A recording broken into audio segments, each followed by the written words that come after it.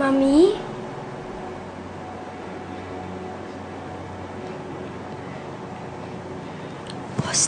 Austin, anak.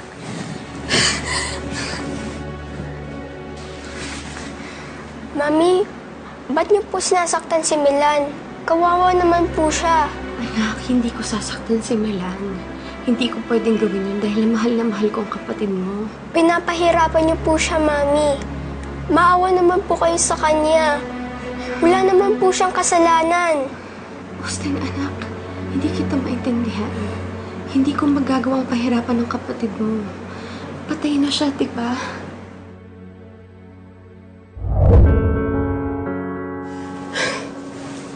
Austin.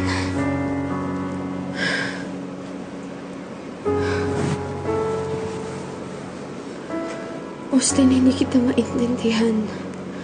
Ano bang sinasabi mo? Ni Austin doon sa panaginip ko na wag ko dong sasaktan si Milan. Baka po kasi ma'am lagi niyong iniisip si Milan, kaya para na rin siyang nasasaktan.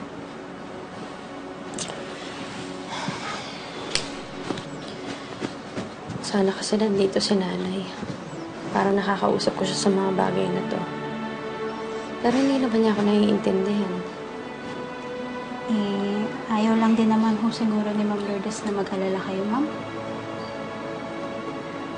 Mabuti pa siguro hanapin ko muna si nanay.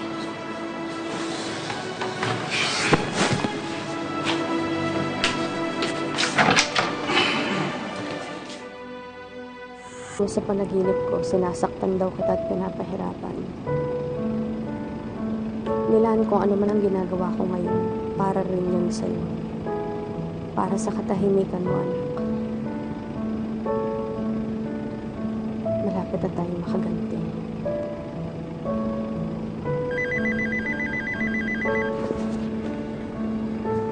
Hello, Rom? Hello, Emma. Pasensya ka na, na-istorbo ba kita? Hindi naman, ayos lang. Namimiss ko na kasi si Sydney, hindi ko na alam ang gagawin ko. Hindi ko naman alam kung saan siya hanapin, kung saan siya pupuntahan. Parang akong gago eh. Paikot-ikot lang ako dito. Gusto mo bang magkita tayo? Okay lang ba sa'yo? Okay lang. Nandito ako sa puntod ni Milan ngayon. Hintayin mo ako dyan, pupunta na ako dyan. Ha? Okay.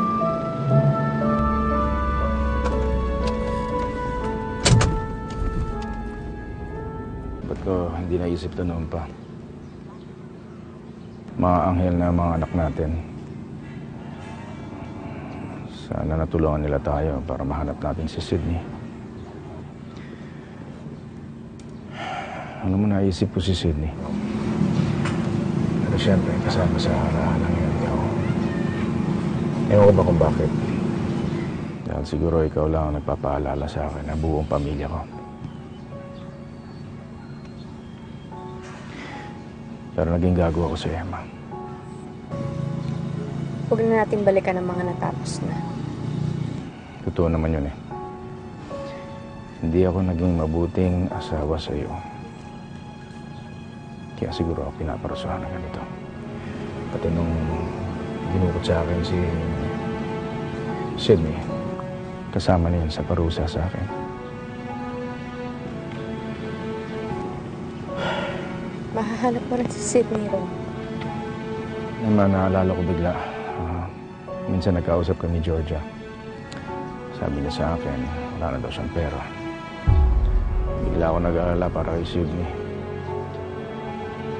Siyempre kasama siya dun. Kung saan kaya yung kalagayan niya.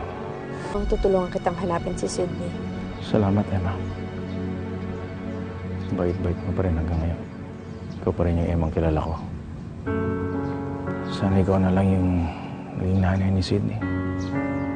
Dahil alam ko mahalagaan mo siya.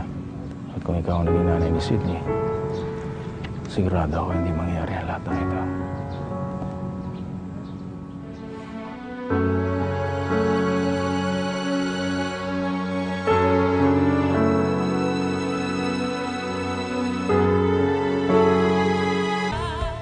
Anak. Tay, alam niyo na ho ba kung nasan si Sydney at si Georgia? Hindi pa, anak eh. Kasi nung bumalik yung mga tao ko sa dating lugar, wala na sila. Tay, gumawa kayo ng paraan. Kailangan na ho nating makuha si Sydney at mailayo kay Georgia. Nag-aalala na ho talaga si Rome. Isa pa, hindi dapat madamay si Sydney sa paghihiganti ko kay Georgia. Huwag kang mag-alala, anak. Makahanap namin sila. Sige po.